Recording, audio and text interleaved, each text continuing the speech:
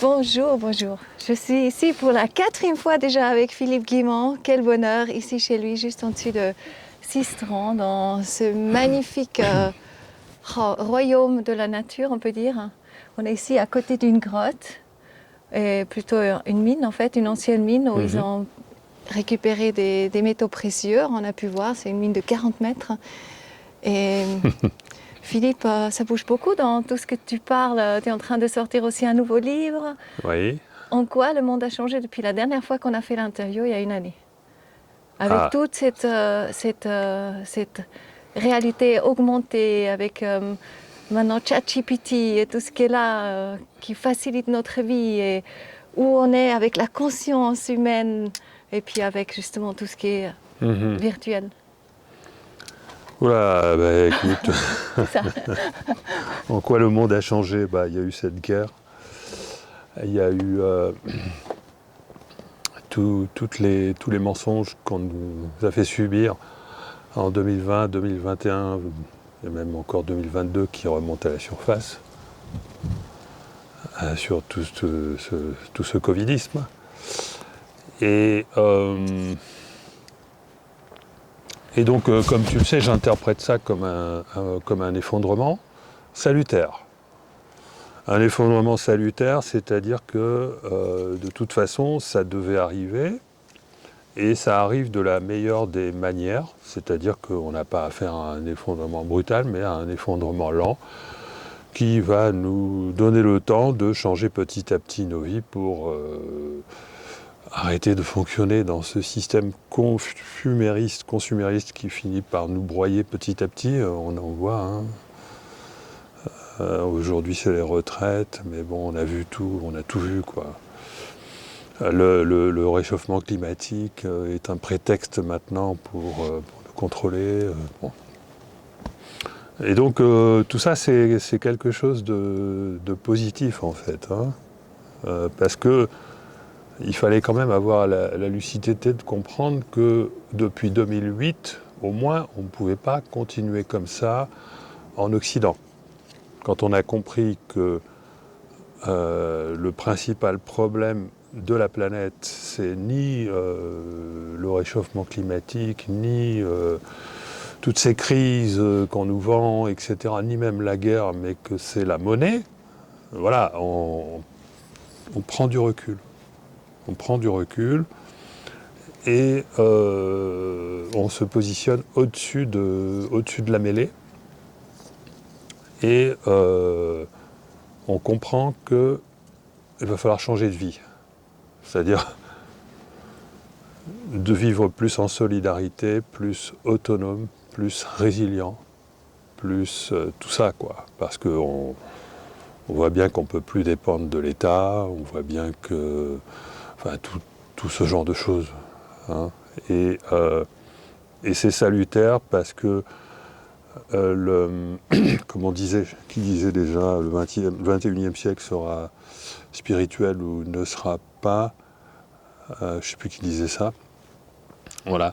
Et donc le fait de sortir du consommérisme, on va y être forcé, hein, et va nous faire retrouver finalement d'autres sens à la vie, et on va retrouver le sens de la vie, et on va cheminer vers la spiritualité qui est déjà en train de se montrer, hein. Enfin, toutes les sciences nous y amènent, tout ce qui a été mis sous couvercle aussi depuis des décennies, tous les phénomènes extraordinaires liés à la conscience nous y amènent. Oui, moi ce qui m'intéresse, parce que là, ce que tu dis par rapport à la conscience, parce qu'avant qu'on en a fait la balade, tu disais justement que tu ne peux pas, donc, parce que moi je me dis maintenant, avec tout ce qui est en train d'arriver, donc je me dis, ok, les gens, ils auraient des chips à l'intérieur d'eux, et qui vont leur amener, ben, du coup, ils savent parler une autre langue, ils savent les maths parfaitement, etc. Oui. Et toi, tu dis, en fait, c'est en dépit de notre conscience. Oui, Feedback. non, mais ça c'est... Tout ces délires transhumanistes qui consistent à dire qu'on va pouvoir augmenter l'homme à l'aide d'appareillages à l'intérieur de son cerveau, à l'intérieur de son corps, etc. Tout ça, c'est du grand n'importe quoi, c'est du marketing, hein. Faut bien comprendre que c'est juste... ça n'existe pas. Il n'y a pas la moindre preuve de tout ça. Hein. Et par contre, une chose qu'on peut prévoir, c'est que ça va quand même arriver, c'est-à-dire qu'il va quand même y avoir des essais. Il va y avoir quand même des gens qui feront les frais de toutes ces puces plus ou moins implantées. Et donc, et après un premier stade, bon, au départ, ça ne sera pas à l'intérieur du cerveau, mais ne serait-ce que simplement de porter des lunettes qui vont te permettre d'augmenter soi-disant ton champ de vision, etc. Enfin, toutes ces technologies-là vont exister, hein, mais elles vont petit à petit diminuer la conscience de celui qui les porte, et non pas l'augmenter. C'est-à-dire qu'on va peut-être augmenter technologiquement l'être humain, enfin, j'y crois pas trop, enfin, mais si, je dois l'admettre quand même un peu. Mais on va, au passage, diminuer sa conscience. Plus Oui, bien sûr. on crée de déterminants dans le comportement d'un individu, c'est-à-dire que ça sera plus, au départ, l'intelligence artificielle externe, c'est-à-dire tous les conseils qu'on va recevoir d'intelligence artificielle externe, bah, tu citais ChatGPT, etc. On va se rendre compte du grand potentiel de l'intelligence artificielle externe. Ça sera plus ça qui va nous aliéner, parce que notre comportement va de notre plein gré en dépendre. Et on va apprendre petit à petit à rendre notre vie du coup plus mécanique, hein, on va petit à petit se robotiser en quelque sorte. On va oublier qu'on a une conscience qui sert à quelque chose, à autre chose bien sûr. Et c'est bien parce que du coup on va s'apercevoir du fait que ça diminue la conscience des personnes qui portent ces systèmes transhumains, et bon, on en verra. Hein. Il y a ceux qui ont compris d'avance que ça va avoir un effet vraiment négatif, délétère. Enfin, ceux-là vont pas en être victimes, et ceux qui n'auront pas compris, bah, Oui. en seront les Donc il y a quand même victimes. encore cette séparation dans les deux mondes, dans le monde principal, comme tu disais, et puis un monde parallèle, et qui a à voir avec la consommation. Voilà, la scission, elle a commencé en 2020 avec cette histoire de virus. Et là, il y a ceux qui ont fait appel à leur intelligence émotionnelle et qui ont compris que tout ça, c'était du grand n'importe quoi. Et puis, il y a ceux qui ont gobé le narratif des politiques et des médias et qui sont rentrés dans... Comment est-ce qu'on peut rentrer dans cette croyance ? C'est que lorsqu'on croit qu'on est des machines biologiques, parce que si on ne croit pas qu'on est des machines biologiques, on ne peut pas naturellement accepter que des grandes entreprises comme Big Pharma, soi-disant, soient capables d'inventer des procédés qui vont nous guérir, des soi-disant vaccins. Si on fait une confiance aveugle dans la science et qu'on croit qu'on est des machines biologiques, effectivement, on risque de tomber dans ce narratif. Donc, en gros, finalement, ce sont les gens qui savent qu'ils ont une âme et que ça, c'est pas compris par la société, et qui considèrent qu'il est hors de question de se laisser appareiller, que ce soit par des vaccins en plus qui n'en sont pas. Ouais. Tu vois, moi, je suis pas, on m'a appelé. On m'a considéré comme un antivax, j'ai jamais été un antivax. Moi, je le deviens aujourd'hui, hein, parce que je suis devenu méfiant. Mais j'ai jamais été... Voilà, simplement, on ne peut pas accepter. Lorsqu'on pense qu'on a une âme, on comprend que les grandes sociétés, Big Pharma, n'est pas au courant qu'on a une âme, donc risque de jouer aux apprentis sorciers, comme le disait Alexandra. Et donc on ne peut pas accepter. C'est clair qu'on avait affaire à un truc d'apprenti sorcier. Donc voilà, on ne peut pas l'accepter. Du coup, il y a eu cette scission entre les gens qui... C'est plus les gens qui croient dans l'existence de l'âme qui ont refusé ça, et ceux qui n'y croient pas qui l'ont accepté. Et en plus, cette scission, elle était nécessaire. C'est-à-dire que ce grand virage de l'humanité, il était de toute façon nécessaire pour nous faire sortir du matérialisme. Et on ne pouvait pas sortir du matérialisme tous ensemble. Bien entendu, il y a il y a une partie de la société qui commence déjà par sortir de ce matérialisme et l'autre qui suit après. C'est pour ça que je dis que c'est une bonne nouvelle, parce que cette scission, elle était nécessaire, elle a commencé. Et cet effondrement, il était nécessaire. Il est lent, tant mieux, on a le temps de s'adapter. On a plein de raisons, enfin, dans mes conférences, je donne plein de raisons d'être optimiste. Oui. Hein? Mais c'est toutes tes recherches, c'est ça. Parce que tu as pu prouver, et c'est pour ça que c'est aussi tellement intéressant, et tout ce que tu dis, ça va dans ce sens-là, ça va dans le sens de l'âme, de l'amour, et que tu dis que ça c'est plus fort que tout ce qui est intelligence artificielle. Bien sûr. Peut-être tu veux juste dire encore, parce qu'en fait, ça se profile maintenant, non? Ça se remarque de plus en plus par tout le monde.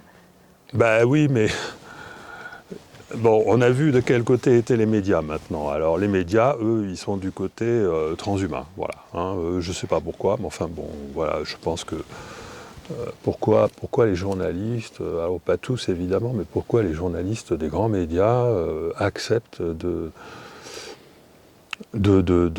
foncer dans tous ces narratifs au sujet de l'intelligence artificielle, etc. Ça, c'est... J'en reste étonné. Hein. Alors, mais je ne devrais pas m'en étonner parce qu'il est tout à fait normal qu'il n'y ait que 20%, mettons, des Occidentaux qui croient dans l'existence de l'âme, puisqu'on nous a tous appris à l'école. 20%, on peut dire presque. En tout cas, qui ont cette croyance de manière prégnante et au point d'en tenir compte dans les choix qu'ils font dans leur vie. Hein, parce que je ne te parle pas, évidemment, il y a probablement 50% de la population qui croit en Dieu ou qui est dans une religion, etc. Mais on a vu ce que c'est que les religions. Hein. Le pape lui-même dit il faut se vacciner. Il a dit il faut que tout le monde se vaccine. Hein. Donc, le pape lui-même est pris dans le piège de ce mondialisme. Voilà. Et donc il faut être en même temps rebelle, hein, croire en l'existence de l'âme et avoir une capacité. Et c'est connecté à l'âme. Hein, de se connecter à son âme et avoir une capacité à ne pas tomber dans ces pièges-là. Et donc, finalement, ce pourcentage, il est plutôt relativement élevé. Ce qui est rassurant. Bien qu'on a tous halluciné du fait que tout le monde, que cette grande majorité soit tombée dans ce piège, quoi. Moi, ce que je trouve, quand tu parles spiritualité, quand tu parles âme, moi, je vais volontiers aussi parler un petit peu de l'esprit, en fait. De l'esprit, parce que je crois effectivement, parce que spiritualité, c'est aussi un petit peu un terme, maintenant que tout le monde l'utilise, mais qu'est-ce que ça veut dire? Et je pense que consciemment se connecter à son âme, ben ça va aussi avec l'esprit, non? Oui, alors bon, moi je donne des définitions rationnelles de l'âme et de l'esprit. Hein, je les redonne, je les même amplifie dans mon nouveau livre, là, bientôt. Oui, qui s'appelle ? On en parlera. La physique du futur lumineux. Hein, je suis en train de le terminer. Au niveau de l'âme, alors l'âme, il y a souvent une confusion entre l'âme et la conscience, hein, alors que ce sont deux choses différentes. Mais bon, si je veux expliquer ça aux scientifiques, j'accepte de rentrer dans cette confusion dans un premier temps. Et dans ce cas-là, j'explique que l'âme, c'est un système de coordination quantique du vivant qui permet au vivant de conserver son entropie faible, hein, de se débarrasser de son désordre organique, et qui explique donc tout ce qui est inexpliqué, l'effet placebo, l'auto-guérison, etc., et qui inévitablement survit après la mort, puisque c'est composé d'informations quantiques, et les informations quantiques, on sait qu'elles se conservent et qu'elles sont insensibles au passage du temps. D'accord ? Ça, c'est le premier niveau d'explication, ça concernerait plutôt la conscience, bien que ce n'est pas entièrement la conscience. Et un deuxième niveau d'explication, c'est plutôt au niveau des fonctionnalités. Et donc là, ça part de l'idée qui est plus qu'une idée, de la réalité, que le futur est déjà réalisé, mais qu'il fluctue en permanence. Et donc on peut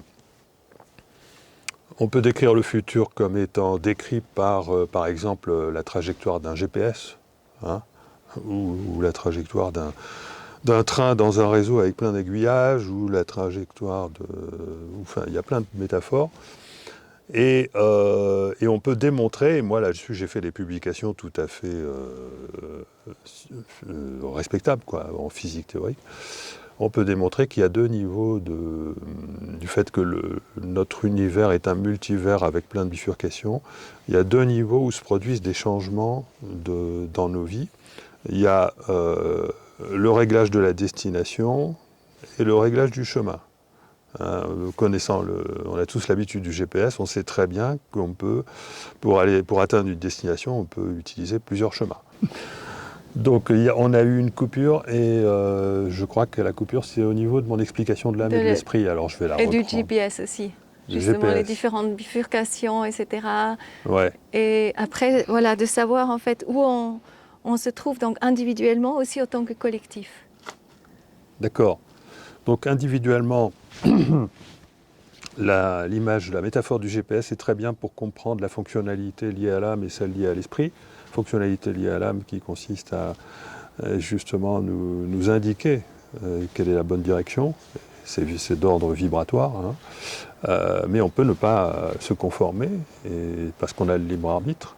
Et dans ce cas-là, la dame, qui est notre âme, recalcule le chemin. Okay, la dame du GPS, on peut la considérer si on veut.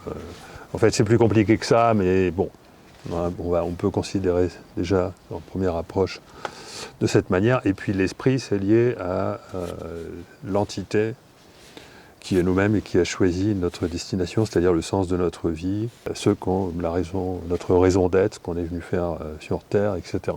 Donc ça, c'est comme ça qu'on peut considérer, faire la différence entre l'âme, l'esprit, et même le soi. Et le soi, c'est à la fois l'âme et l'esprit, mais uniquement lié à cette incarnation-là. D'accord ? Et l'âme, il faut la différencier de la conscience, parce que la conscience, c'est le pilote qui est embarqué dans le véhicule corps-cerveau. Mais quand il est en dehors du corps-cerveau, il peut rejoindre son âme. C'est une énergie, la conscience est une énergie, et qui va engranger une expérience, une mémoire. C'est cette mémoire qui va être récupérée par l'âme, et qui va faire qu'elle va avoir de multiples expériences. Tout ça, c'est très très très logique. Bon, mais voilà, il faut me lire pour bien comprendre. J'ai écrit un livre là-dessus, La physique de la conscience. Il est réédité. J'écris encore un autre livre, La physique du futur lumineux, pour expliquer à nouveau tout ça, mais vraiment peut-être pas pour un enfant, mais presque. Et voilà, il y a des illustrations magnifiques aussi maintenant dans tes nouveaux livres, hein, dans les rééditions. Oui. Il n'y aura peut-être pas d'illustration dans le prochain, parce que je l'ai écrit sous la forme d'un roman. Et je suis en train de le terminer, si tu veux. Donc il va sortir en septembre. Je pense que c'est chouette si peut-être tu nous lis le prologue comme tu avais proposé. Comme ce que je t'ai montré tout à l'heure. Oui, ce serait génial. Alors, peut-être, ouais. on va faire ça. Parce que tu l'as emmené. Et Philippe, moi je t'ai dit un grand merci parce que je ne sais pas combien de jus on a encore. D'accord, on va faire ça. Je te lis vite, allez. En tout cas, je te dis un grand merci Philippe. Et puis voilà, on se retrouve avec ton prochain livre. Et puis on a aussi prévu un stage, tous les deux, à Montreux. Génial. Du 27 on n'a pas encore daté. Ah si. Août. Ah peut-être, ouais. Si, voilà. Donc sur les synchronicités, qui est sa spécialité à Philippe. Donc c'est génial. Hein? D'accord. Donc voilà, parce que c'est la première page qui donne un peu une idée de ce que sera mon nouveau livre. Alors voilà. Donc, à la veille d'une double fête d'anniversaire, Luc, Angèle, Lucie et Phil discutent chez ce dernier de la conduite à tenir en réaction à une critique acerbe au dernier livre de Luc, La physique de la conscience vibratoire, qu'il avait écrit 2 ans auparavant, en 2036, suite à une forte pression pour qu'il vulgarise la découverte qu'il avait rendue célèbre en 2034, lorsque la communauté scientifique internationale, suivie de toute la presse, avait salué l'équation du siècle.